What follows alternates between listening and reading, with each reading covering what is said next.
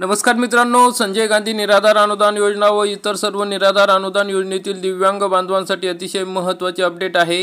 मित्रांनो, व्हायरल मेसेजने दिव्यांग बांधव संभ्रमात पडलेले आहेत। तर मग काय आहे तो व्हायरल मेसेज? त्यामध्ये UDID कार्ड KYC संदर्भात महत्त्वाची अपडेट दिलेली आहे। तर त्या व्हायरल मेसेजवर आपण विश्वास ठेवावा किंवा नाही ठेवावा या संदर्भात अधिकाऱ्यांनी सविस्तरपणे माहिती त्या बातमीमध्ये दिली आहे।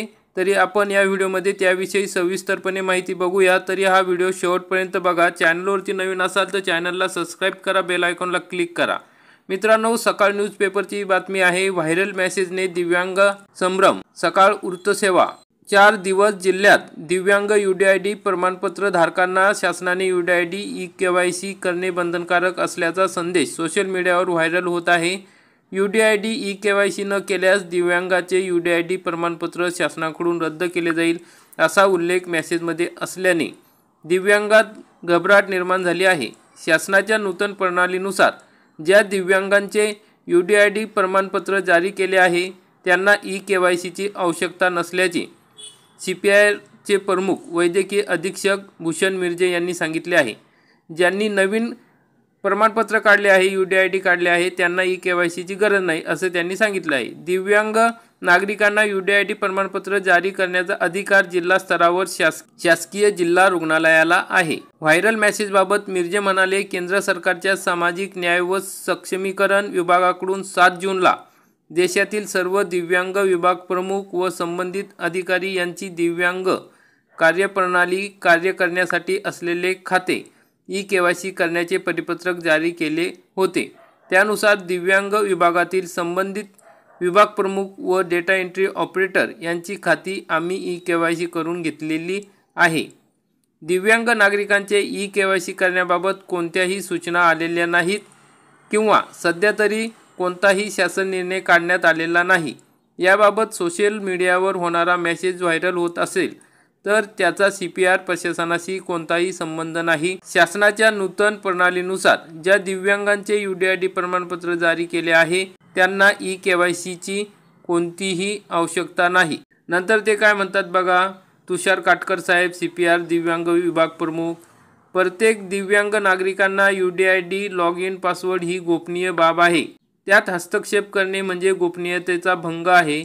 ज्यांचे UDID प्रमाणपत्र जुने आहे त्या दिव्यांगांनी शासनाच्या अधिकृत वेबसाईटवर जाऊन स्वतः eKYC करून घ्यावी।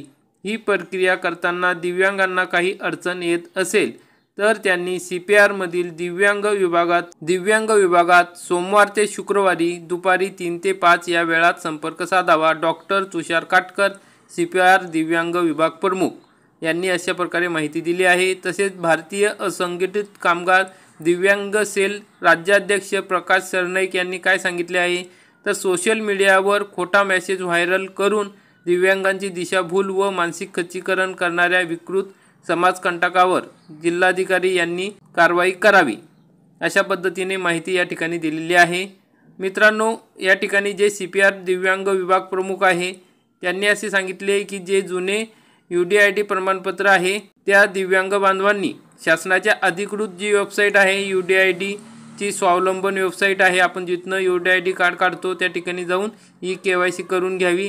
ही प्रक्रिया करताना काही अडचण असेल तर त्यांचं जे CPR मधील दिव्यांग विभाग आहे त्यांच्याशी सोमवार ते शुक्रवार 3 ते 5 या वेळेत संपर्क साधावा असं त्यांनी सांगितलेले आहे।